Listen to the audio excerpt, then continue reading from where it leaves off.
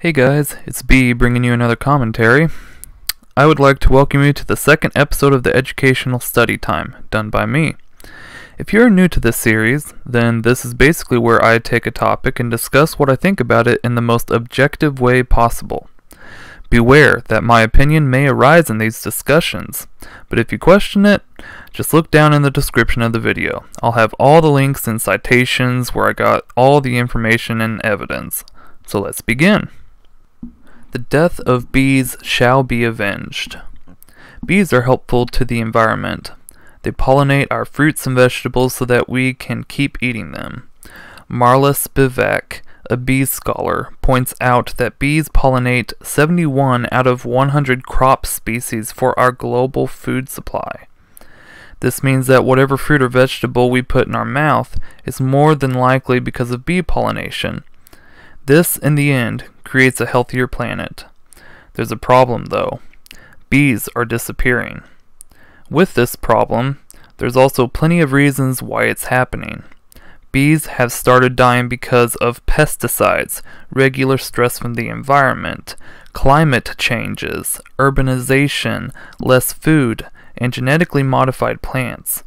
This is not only a reoccurring problem, but a constant problem. The classification that we have decided to call this as a population is colony collapse disorder. That grouping of words is telling us that not only are the bees themselves dying, but the whole colony of bees as well. An eventual extinction of bees is on its way. Pesticides are one of the main reasons why this is becoming a fact. Pesticides also play a big role in wiping out entire colonies of bees. An article done by Walia Arjan gives an example of an experimentation done on this subject. A study done by Harvard students says that there was a total of 18 colonies of bees in this experiment. 12 of the hives were treated with neonicotinoid pesticides, and 6 of them were completely destroyed. This concludes that this certain pesticide is a prime suspect to the reason why bee colonies are dying. Improving this specific pesticide is needed in order to keep bees living. If this cannot be accomplished, then the product should be removed and disposed of properly. What if this is just a fluke? Ozarksfirst.com introduces this statement. This is emerging science, and some experts say neonicotinoids are not to blame. But the evidence is strong enough that the European Union has temporarily banned this class of pesticides for use in agriculture, hoping to restore bee populations. This evidence suggests that Europe has taken matters into their own hands. Whether America will take this idea and try it out remains to be seen. Just like anything else, time will tell. This specific pesticide is not only the kind that will kill bees. There are also herbicides that are designed to kill plants and weeds as well. A lot of the time, people will want to kill the dandelions that grow up in their yard, but those are the very first flowers that get pollinated by the bees. The problem with making a lawn look good is that it looks fake. These herbicides not only kill plants, it also gets absorbed into the ground, into our water systems. Bees, just like anything else, need to drink water. This pollution of water adds on to the regular environmental stress that bees have to go through. Stress that should be something normal to deal with, but sometimes becomes too much with the advancing years. Normal environmental stresses consist of mainly 2 pathogens. The varroa mite would be an example of a fungus. It inflames the intestines of its victim. According to Rowan Jacobsen, author of the book Fruitless Fall, he introduces a scenario with this mite. Picture going through life with a tick the size and shape of a kettle stuck to your back. Now picture 2 or 3 of them glommed onto you, their fangs sunk in and drinking deep. Pretty horrific? Well, now picture those giant ticks abandoning you and attaching themselves to your children. This is a reality for every bee in a hive when they are infected with this varroa mite. The other disease would be deformed wing virus. According to Jennifer S. Holland, a writer for National Geographic, presents a good example of how devastating this disease can shorten a bee's life. In the study, for example, bumblebees with DWV, that's deformed wing virus, live only a third as long as their healthy counterparts. Bumblebees could be contracting these viruses by the honeybee, their cousin, or could pick it up from all different pesticides, insecticides, and herbicides. This in turn creates a bigger stress for the bees to handle. There is also a weakening side to this though.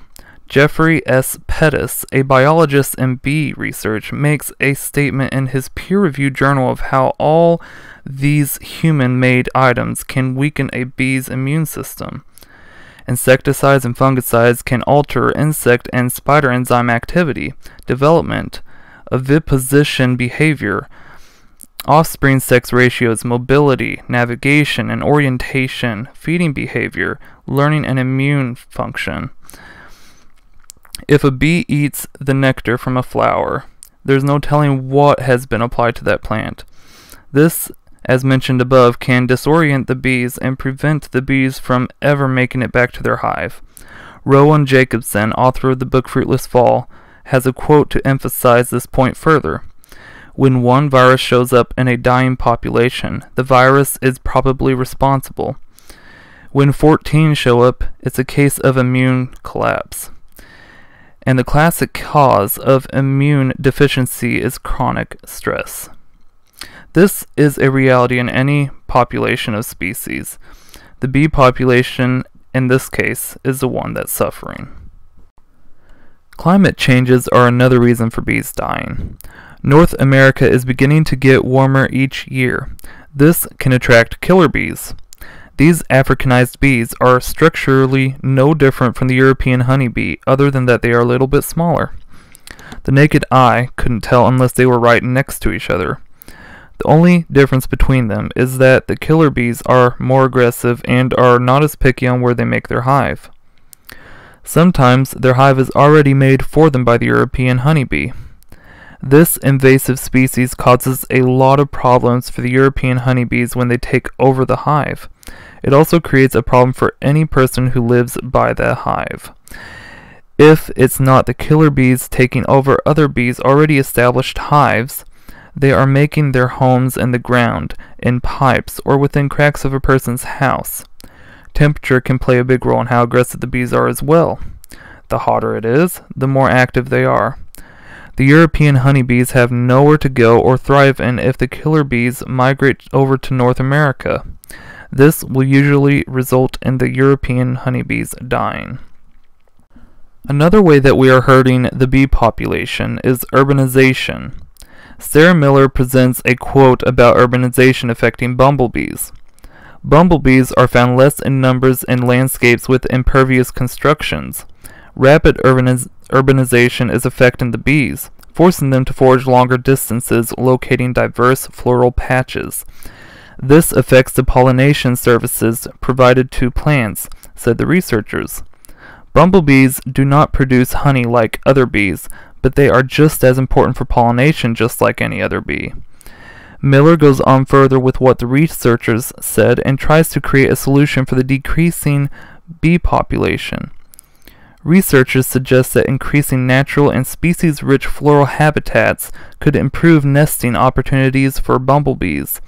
Understanding how the bees move around landscapes could also help in preserving biodiversity, they said. This is a very good reason to create a diversified area of flowers and other crops. This not only will help the bees feel welcome in the area, but will help them nest easier, as mentioned earlier.